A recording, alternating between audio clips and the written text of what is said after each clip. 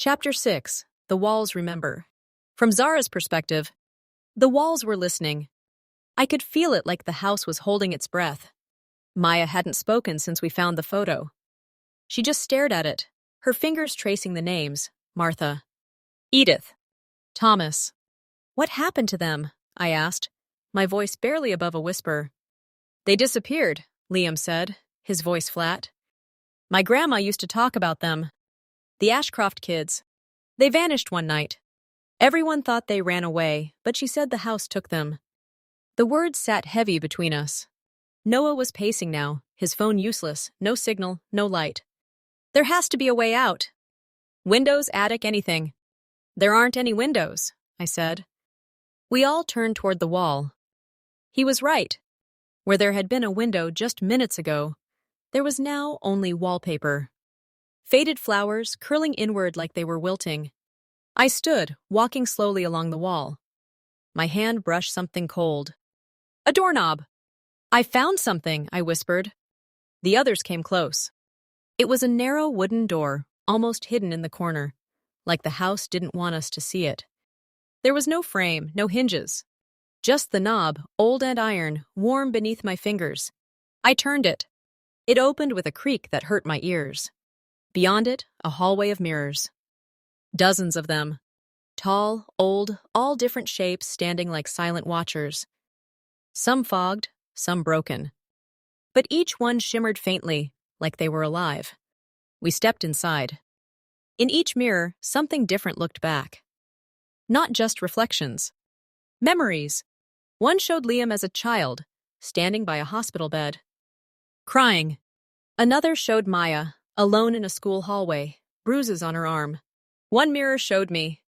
I was little, sitting on the stairs of our house, watching my dad walk away with a suitcase. I remember that day. I didn't cry then, but watching it now, I felt tears burn my eyes. This is what the house feeds on, I said. It shows you what hurts. Behind us, the door slammed shut. And in every mirror at once, we saw the same thing. A figure. Tall, thin, faceless, draped in shadow. It stepped closer with every breath we took, and every mirror whispered the same word.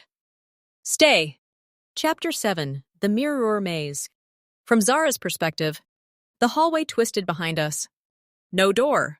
No beginning. No end. Just mirrors. And the thing inside them. It wasn't walking anymore, it was gliding.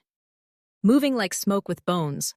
Its limbs brushed against the glass, and the sound was like nails on frozen skin. Liam backed into a mirror. We have to move. Fast. But there was no forward. Only...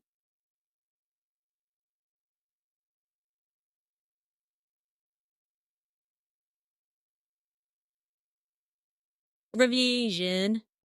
More us. I grabbed Maya's hand and pulled her after me.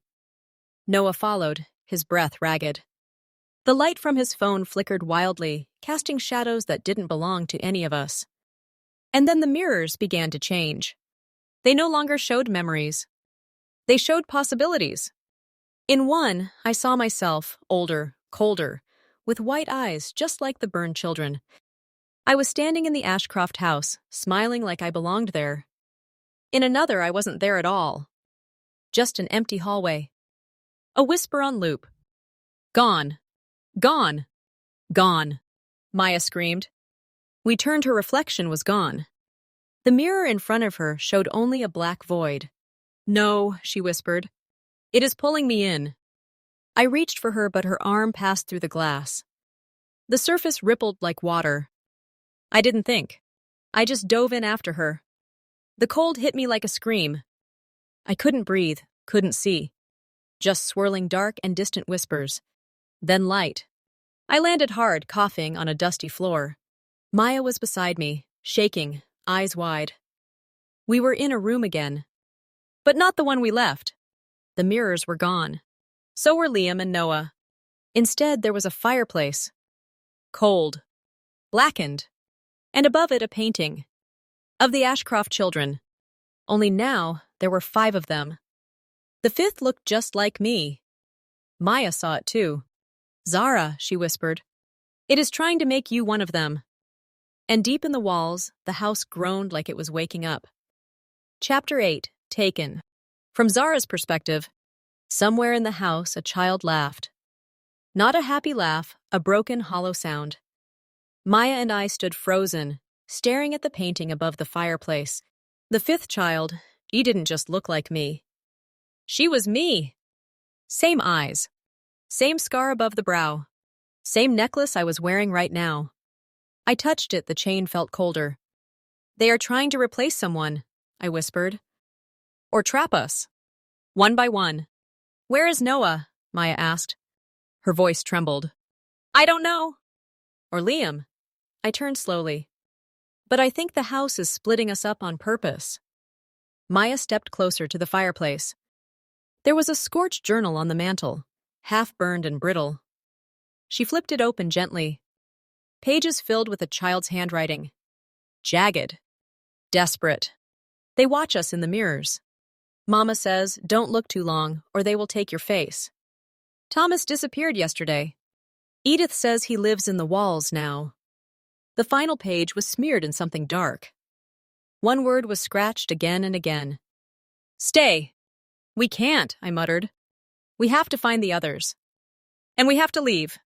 Maya nodded, her jaw tight. Let's go. We pushed open a nearby door and stepped into another hallway, but it wasn't the same house anymore. The walls were covered in handprints, burned into the wallpaper. Small, child-sized, some dragged downward, like they had been trying to hold on.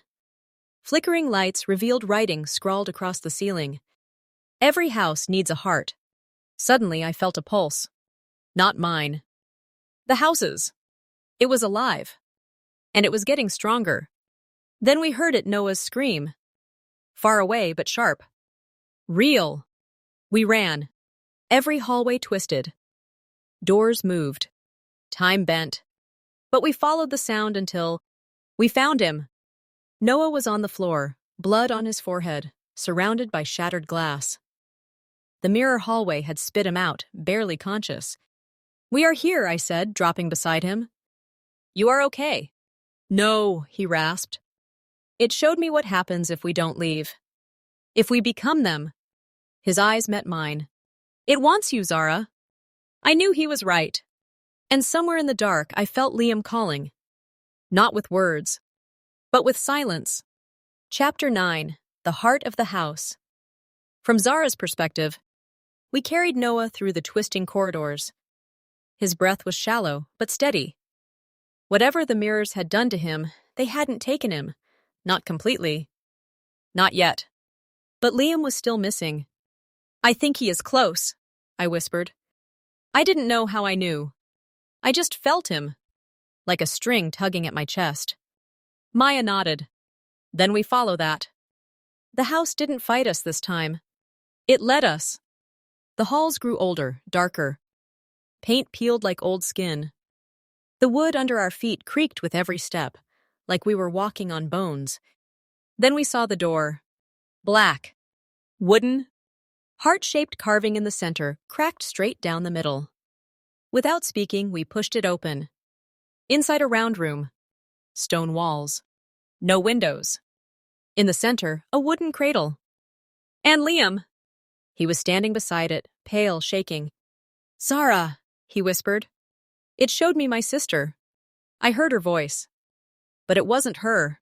It was them. They tricked me. We moved toward him, but he backed away. Don't get close. I think they marked me. I stopped. Something pulsed under my feet. The cradle began to creak. Maya gasped. Inside it wasn't a baby.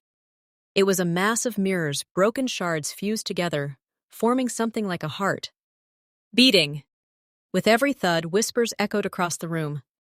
Stay! Stay! Stay! Noah covered his ears. Make it stop! I stepped forward, anger replacing fear. You want someone to stay? Then take me. Let them go. Zara, no! Maya grabbed my arm. But it was too late. The heart in the cradle cracked wide open. And she stepped out. The other me.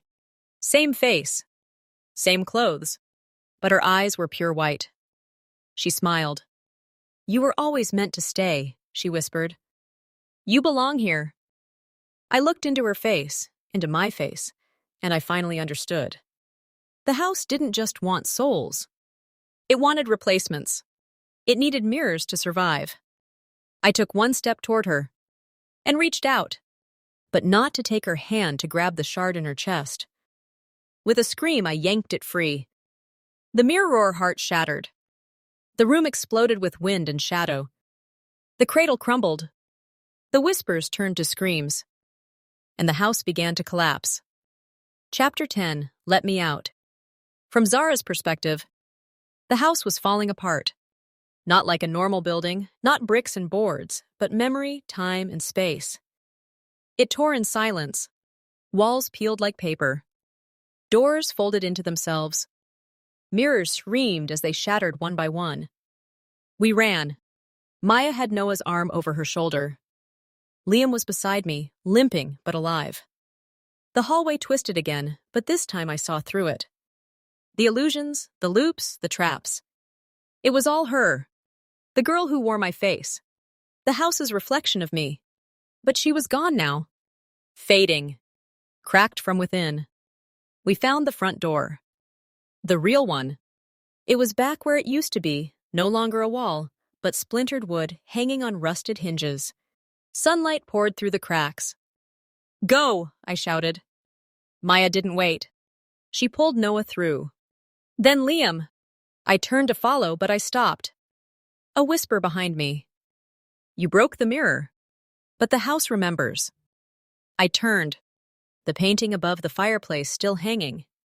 Only now it was empty. The children were gone. And for a second, so was my reflection in the broken glass beside it. Then I saw myself again, tired, bruised, real. Not this time, I said. And I walked out the door. Outside, the house let out one final groan. Then silence. Just trees. Wind. Morning light. We stood there for a long time, none of us speaking. Then Noah looked down at his phone. Still broken. But on the screen, one last photo. Us. Standing at the gate. Before we went in. Except, in the photo, there was a fifth figure. Barely visible. In the window of the hollow house. Watching. Smiling.